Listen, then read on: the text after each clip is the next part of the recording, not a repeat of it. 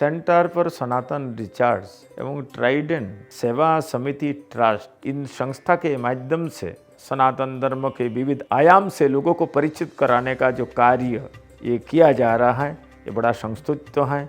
उसी संस्थान के तत्वावधान में यहाँ काशी में 51 शक्तिपीठ और 12 ज्योतिर्लिंग के विषय में चर्चा करने के लिए एक बहुत बड़ा सम्मेलन का आयोजन किया गया, जिसमें देश विदेश से हजारों लोग आ रहे हैं। इस सम्मेलन के माध्यम से 51 शक्तिपीठ से लोग परिचित होंगे, लोग जाएंगे, लाभ उठाएंगे। ये दोनों संस्था के माध्यम से जो सम्मेलन वाराणसी में रुद्राक्ष में संपन्न हो रहा है, ये 30 नवंबर से और 1 दिसंबर 2024 तक हो रहा है। ये इस कार्य का लाभ सबको लेना चाहिए। 12 ज्योतिर्लिंग के विषय में काफ़ी हद तक लोगों को जानकारी प्राप्त हो जाता है और वहाँ करोड़ों की संख्या में लोग जा कर के उन 12 ज्योतिर्लिंग के लाभ पूजा करके, तप करके, लाभ उठा करके और अपना जीवन को कल्याणमयी बनाते हैं। हमारे यह शिव शक्ति का मिलन से ही व्यक्ति का कल्याण माना गया है शास्त्रों के आधार पर। शक्ति के बिना शिव भी शव हो जाते हैं। इसलिए जितनी आवश्यकता हमारे यहाँ ज्योतिर्लिंग की है, उतनी आवश्यकता मेरे जीवन के लिए 51 शक्तिपीठ का भी है। 51 शक्तिपीठ को ही इस विश्व सृष्टि का प्रथम तीर्थ तो कहा गया है। उसके पहले कोई तीर्थ तो नहीं था। संसार के मानव जाति के कल्याण के लिए लौकिक बुद्ध परलौकिक मुक्ति, संसार में लोग खुशहाल जीवन जिए, उसके बाद उसको मोक्ष भी मिले।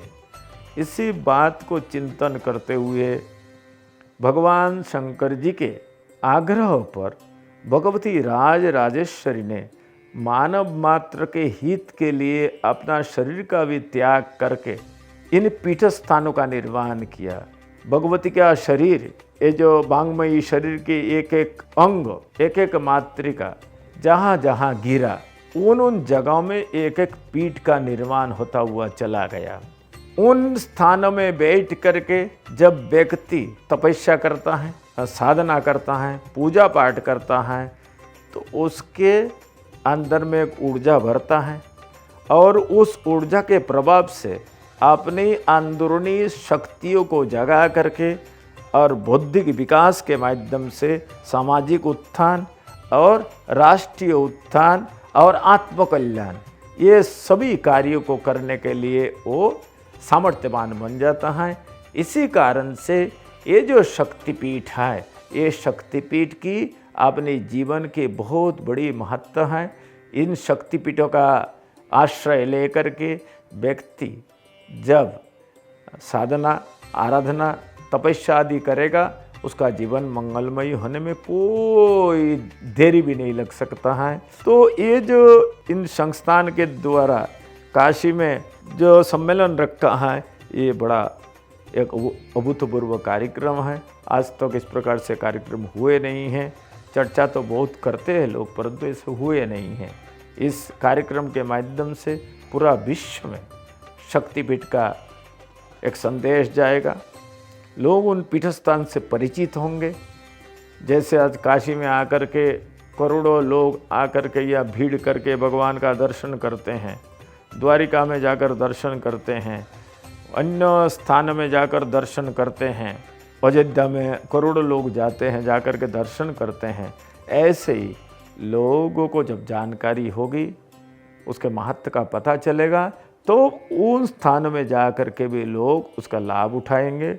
जब लोग जाएंगे, उन स्थानों का विकास भी आरंभ हो जाएगा और विकास के साथ साथ में उन स्थान के आसपास रहने वाले जो लोग हैं, उनका रोजगार का भी साधन बनेगा।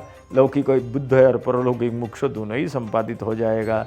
यथावता ये जो कार्यक्रम हो रहा है, ये संस्तुत्व है और ऐसे कार्यक्रम के माध्यम से सनातन धर्म की संरक्षण और संवर्धन ये कार्य संपन्न हो रहा है। ये बहुत खुशी की बात है।